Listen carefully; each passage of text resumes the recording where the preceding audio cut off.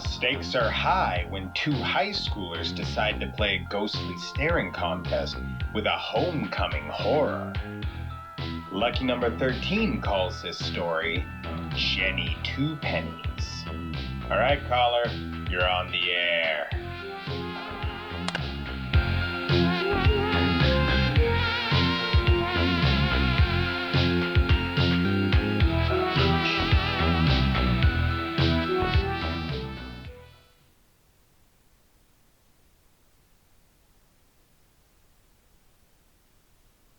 Don't play Jenny Two Pennies. Marcy and I did, and now she's dead, and I'm being haunted by the ghost of a cheerleader named Jenny, and she's awful. She insults me, my clothing, weight, haircut, room decor, everything. She wants me to acknowledge her. See, that's her shtick. She can't do anything unless I look at her or talk to her.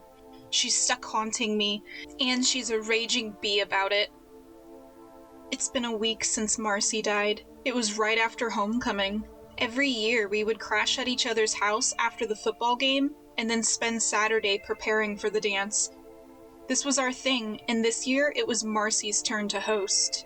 I preferred her place since she had a bigger TV, plus her dad was a fellow licorice fiend and always kept a tub on hand that I'd raid late at night. I know, I have a problem.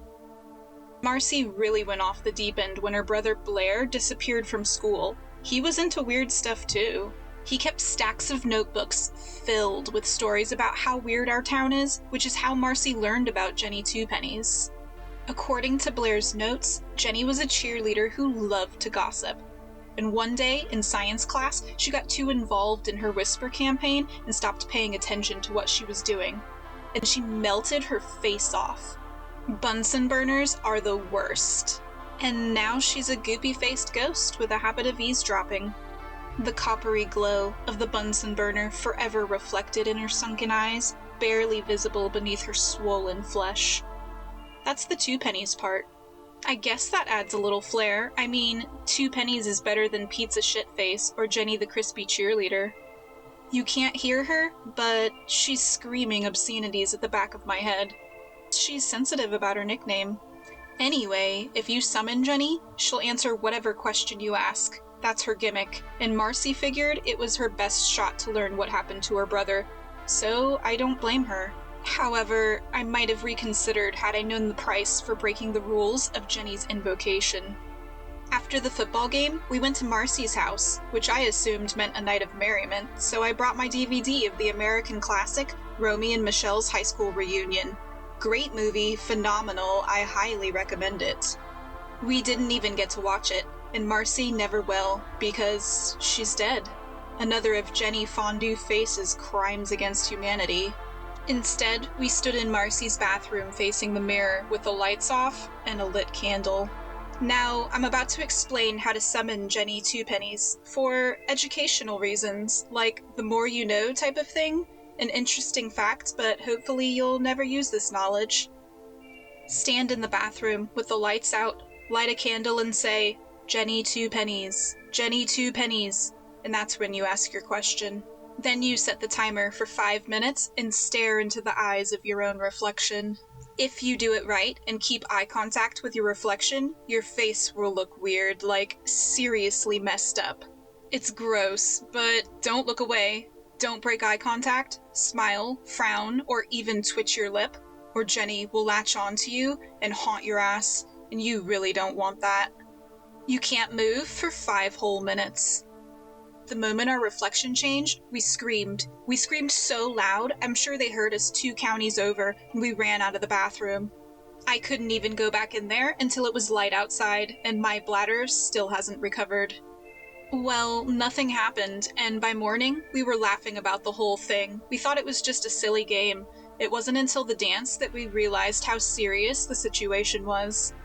The homecoming dance was in our school's cafeteria, a circular commons area bordered by lockers and vending machines on one side, and a massive floor-to-ceiling window that looked out onto the courtyard. We were having so much fun, and of course Marcy and I looked extra cute in our outfits.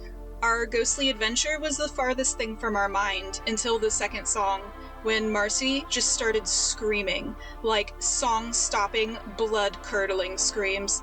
She was absolutely hysterical. I rushed her outside to the courtyard. The October night air was way colder than I expected, so miniskirt was a very poor choice. That's when she told me. "I saw her! In the window's reflection! I saw her!" Marcy said. I didn't even understand. "Who?" I asked. "Jenny, she was standing behind me. Standing behind me in a cheerleader outfit and everything. I saw her face and it was all messed up." "You didn't see anything. It's dark and everyone's cramped together, jumping around. Your mind is just playing tricks on you. That dumb game scared you this bad?" And that's when she leaned in and looked me in the eye. "I'm telling you, I saw her. Sure as shit I saw her." You know that wide-eyed, tiny pupil look some crazy people have, like runaway bride crazy or drive cross-country in a diaper to surprise Mary an astronaut crazy? Yeah, Marcy had that look. I'm nowhere near capable of being able to deal with that kind of crazy, so I didn't know how to respond. I just shrugged and said, "Okay." She didn't seem too happy. "Well, you saw a ghost, and that's cool, I guess." "No, you don't understand. We messed up, and now she's haunting us. She'll kill us if we even look or talk to her. It said so in Blair's notebook, and oh God, I looked right into her eyes." And that's when she leaned onto my shoulder and started crying. I'm not gonna lie, that messed me up a little bit. I tried to reassure her, but I'm not the best at comforting people, or even peopling in general. Honestly, I flat out suck at it. "We should go home," I told her. She said she didn't want to be alone, and she did look terrified, so I told her I would go get the car. The whole ride home was very quiet. Marcy had mentally checked out, and she spent the whole drive staring at her feet and refused to look at any of the mirrors in the car. As I was driving, I thought I caught the vague shape of a girl in what might have been a yellow and blue cheerleading uniform, and she was standing at the side of the road. I wasn't sure, and honestly, I was too scared to check the rearview mirror. Marcy's paranoia was starting to rub off on me. Her parents' car was in the driveway, which was a huge relief, so I parked on the street and helped Marcy out of her car. The whole house was dark. I heard snoring from a closed bedroom door, which I assumed was her dad. Your parents have the right idea. She just kept staring at her feet, so I helped her to her bedroom, and I sat with her until she fell asleep, which, thank God, didn't take very long.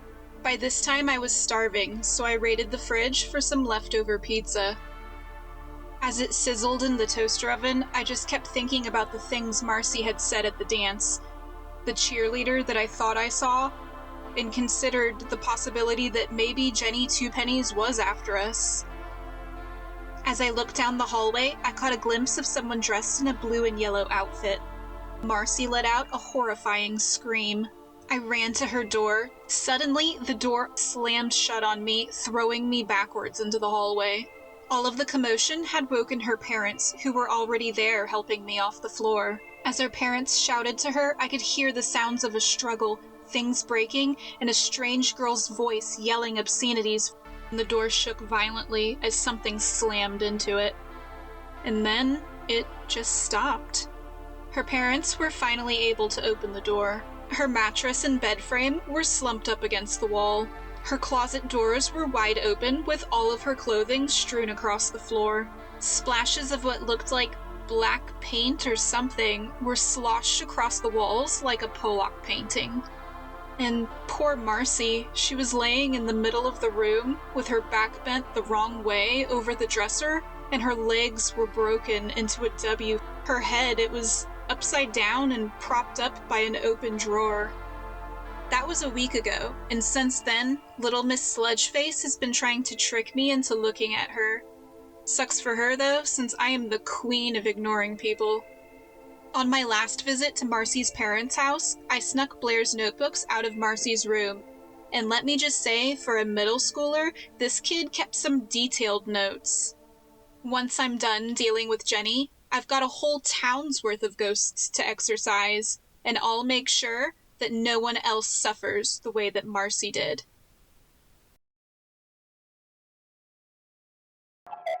Thanks for calling. Well, it's like they say. It's all fun and games until someone gets mangled by a melty-faced teenager. That's it for the show. If you enjoyed it, give me a like and subscribe for more monthly spooky content. And click that little bell icon so you know when the next show is out. I'll be waiting right here for the next 13th caller.